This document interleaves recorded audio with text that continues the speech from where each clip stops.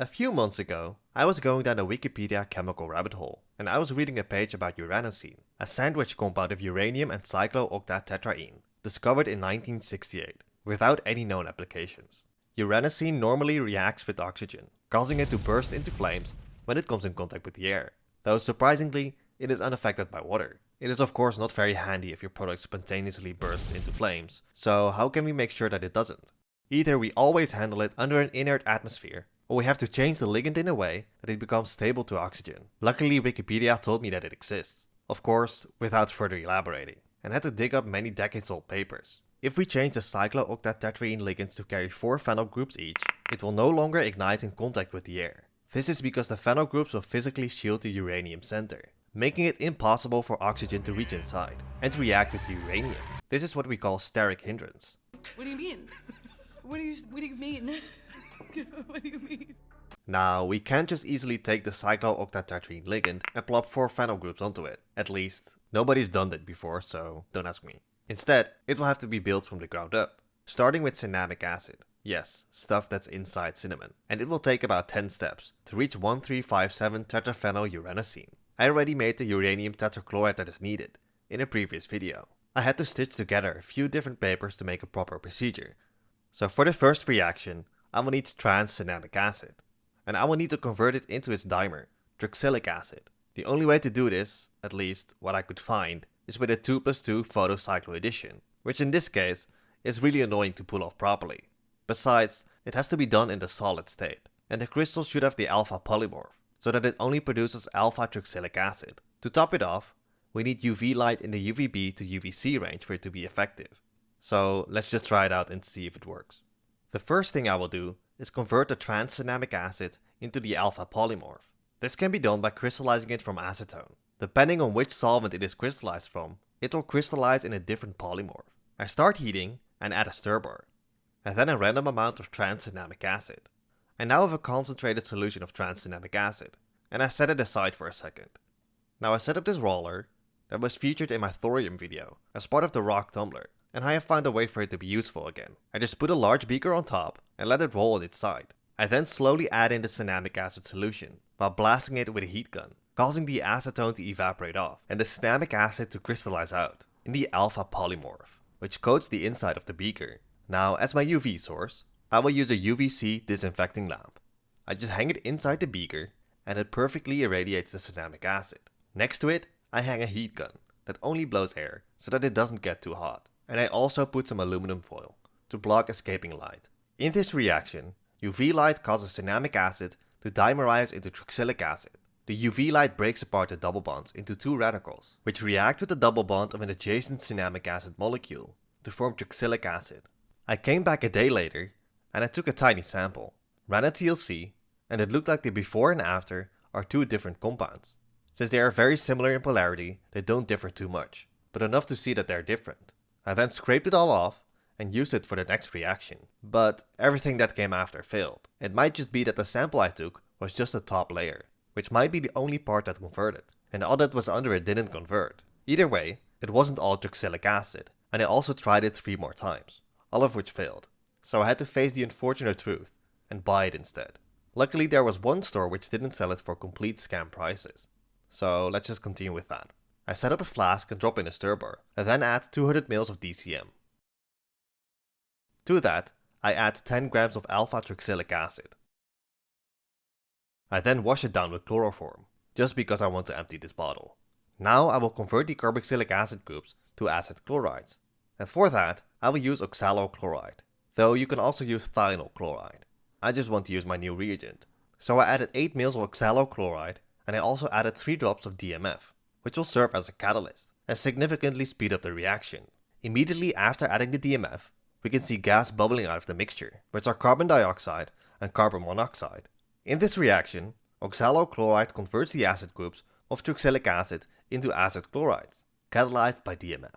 I left it to react overnight, and I also added a calcium chloride drying tube, just to prevent any water from getting in. And when I came back, it had become yellow, and a very tiny bit of seemingly unreacted material was floating around. It's not really a significant amount, and I will just leave it like this. So I set the flask in a heating mantle and set the mixture up for a mild vacuum distillation to remove all of the solvents and excess oxalochloride. When it is almost finished, a wet yellow solid is left behind. I then empty the receiving flask and pull a stronger vacuum to get it dry. When that is done, I move on with recrystallizing it. So I add some benzene and heat it to dissolve all of the solid. Then as an anti-solvent, I add hexanes, which will help crystallize it when it cools down. A tiny bit of material doesn't dissolve, seen as a dark powder sitting on the bottom. So while hot, I filter it through some cotton to remove it all, and I wash it down with some benzene and hexanes. After it is all filtered through, already some crystals can be seen that settle to the bottom. I then let it sit in the freezer for a few hours, and it all crystallizes out. Now I set it up for filtration, and I wet the filter paper with some hexanes. I wash it a few times with some hexanes and leave it to dry on the filter. I then move all of the residue to a new flask and pull a vacuum to remove remaining hexanes and benzene. In the end, I am left with 12.07 grams of mostly alpha truxillic chloride as an off-white solid, which is a yield of 107%, so that means there is still solvent inside, likely trapped inside the crystals.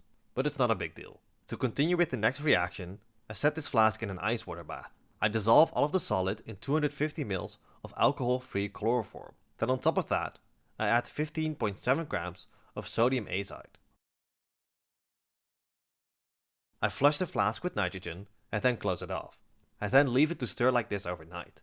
In this reaction, the chlorine is replaced with an azide group. The azide ion attacks the carbonyl carbon, causing one of the double bond electron pairs to move onto the oxygen. When it returns to form the double bond, it kicks off the chlorine to form sodium chloride and the final acyl azide product.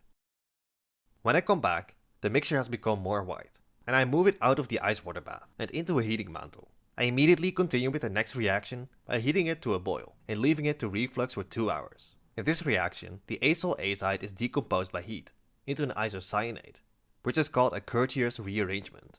The azide group is in resonance between two structures. The second structure can explain how it decomposes into an isocyanate. This reaction is concerted, meaning it all happens at once. The bond electrons of the first and second nitrogen move onto the second nitrogen, forming dinitrogen gas. The carbon-carbon bond electrons attack the first nitrogen, of which a free electron pair forms a double bond with the carbonyl carbon, to form the final isocyanate product. When it is done, it has unfortunately become more yellow. I then filter this mixture to remove all of the excess sodium azide that I added before, and I wash it down with some chloroform. I then distill off all of the chloroform, and afterward, I am left with an orange oil of the isocyanate. Oh my god, what is that? Oh my god! What is that? I didn't do anything to purify or separate the product, so the actual yield remains unknown. For the next reactions, I first add in 70 ml of 85% formic acid, and the oil immediately reacts with the water in the formic acid, and the product separates out as a solid. What happened is that the isocyanate is very sensitive to water, and immediately reacted to form the corresponding amine. The oxygen from water attacks the isocyanate carbon, causing one pair of bond electrons from the carbon-oxygen double bond to move onto the oxygen. When the double bond reforms, one of the electron pairs from the nitrogen-carbon double bond picks up a proton from the attached water. Afterward, the other electron pair from the remaining nitrogen-carbon bond picks up another proton to form the amine, and the hydrogen-oxygen bond electrons move to form a double bond between carbon and oxygen, forming carbon dioxide. The reaction is pretty much instantaneous, and thus we can just continue on. I then add 40 ml of 37% formaldehyde, and heat it to 60 C for a day. This reaction is a typical Eschweiler-Clarke reaction, where the amines are methylated to give dimethylamines using excess formic acid and formaldehyde. First, the carbonyl formaldehyde is protonated by the formic acid. The amine attacks the carbonyl carbon, moving one pair of bond electrons onto the oxygen. The same oxygen then takes up a proton from the amine, and those bond electrons move onto the nitrogen. Water is a great leaving group, and is immediately kicked off, and a free electron pair from the nitrogen makes a double bond to make up for it, forming this iminium intermediate. The iminium carbon is attacked by the hydrogen-carbon bond of the formate ion, of which a free electron pair on the oxygen forms a double bond to form carbon dioxide. The iminium double bond then moves back onto the nitrogen, forming this monomethylated amine. This happens a total of 4 times, twice on each amine, to form a dimethylated amine on both sides. When I come back, the mixture has turned orange, and it should be finished. I then neutralize all of the excess formic acid by adding sodium bicarbonate and sodium hydroxide, which will also decrease the solubility of the product. Some orange crab separates out, and I continue neutralizing it after moving it to a beaker. I also added a layer of petroleum ether on top, to already start dissolving the product. When it has become slightly basic, I set it aside for a second. I then set up my smart rack, which was kindly gifted to me by Better Basics. It's a modular organization system in which you can store many different lab accessories to save space in your fume hood and keep it organized. This is how I usually have it set up on the side of my fume hood when I'm using it for storage and to have quick access to some accessories and consumables. There are many different modules to make it exactly how you need it. On the bottom, I use a glass pipette and parafilm dispenser. Now I want to do an extraction, so I will just remove the top modules and center the bar in the middle, because I have to film it.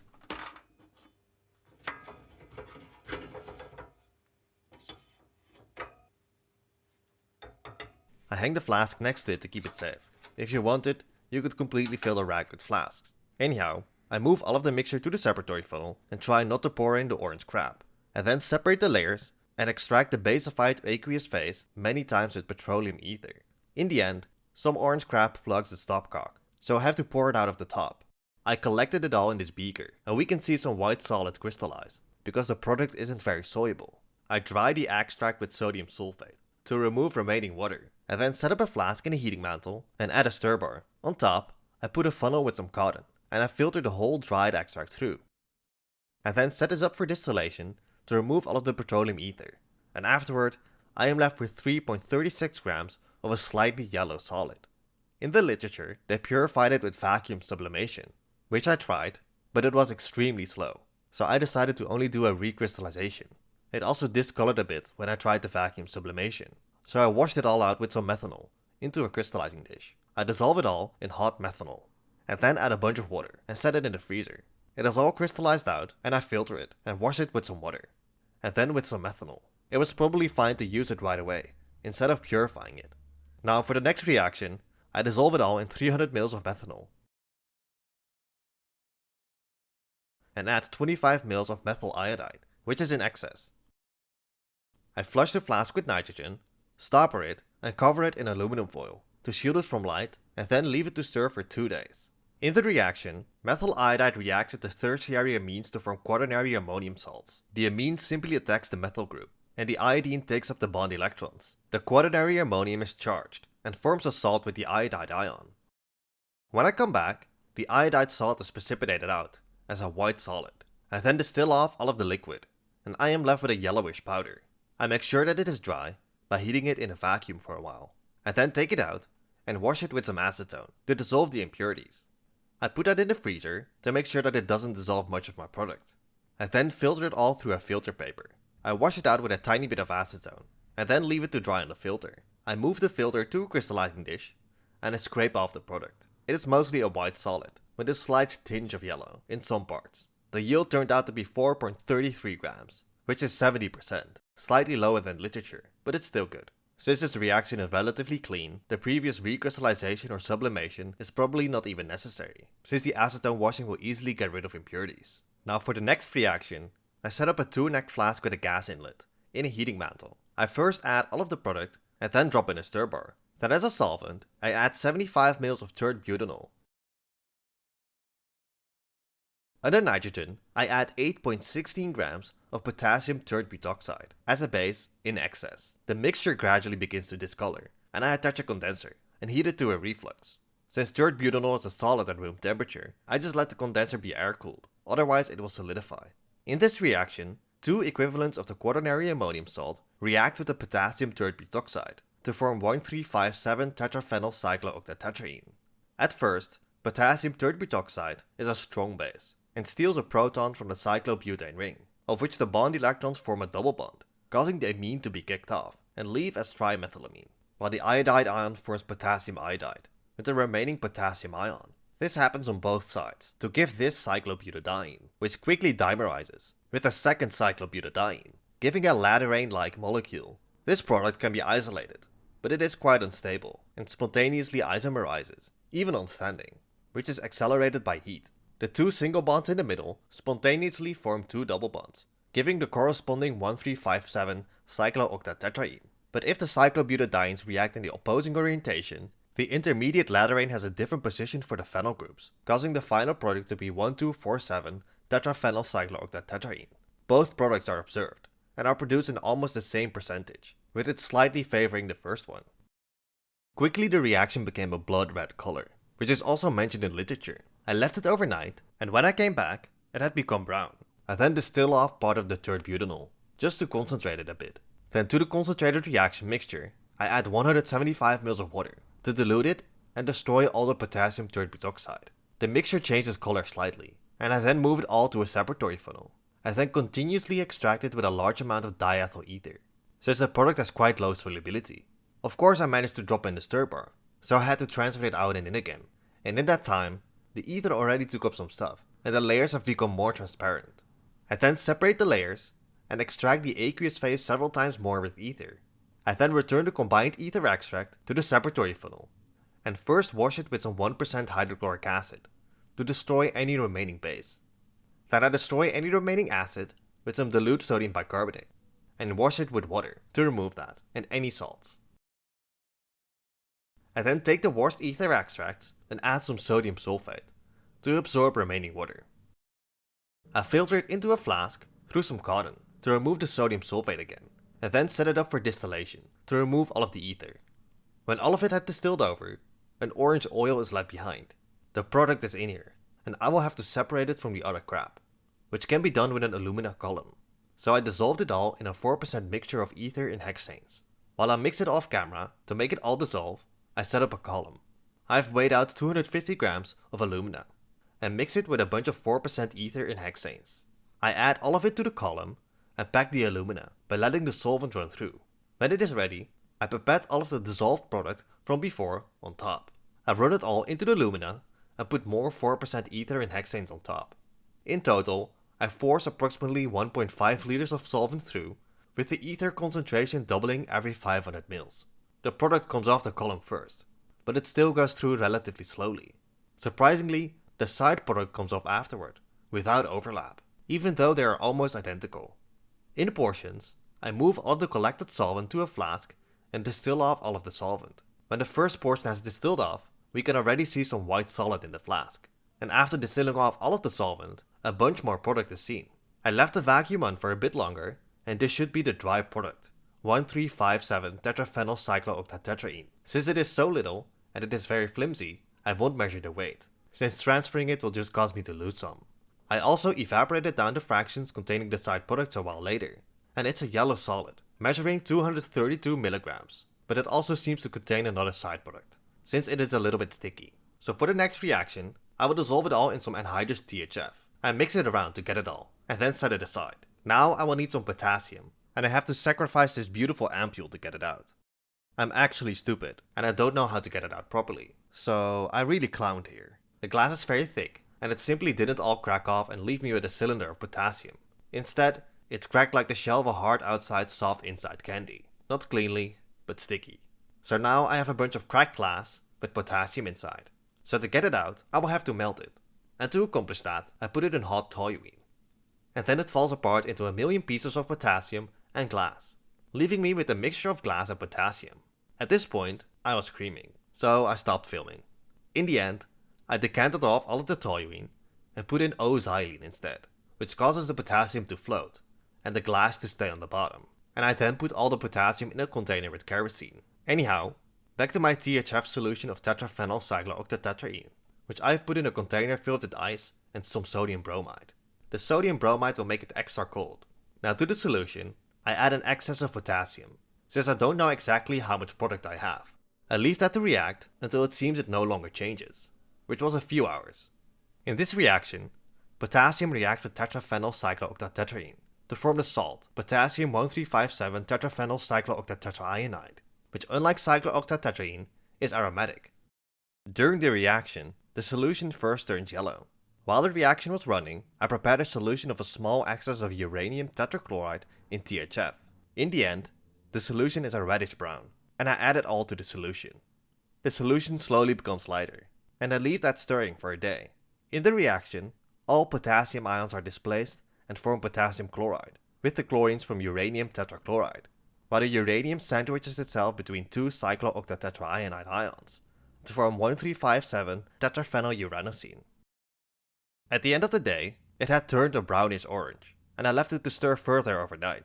When I came back the next day, it had become even more orange, and it seems to have splashed on the walls. Now, to destroy the remaining potassium and precipitate out the product, I add a bunch of water. I then filter it all through a filter paper.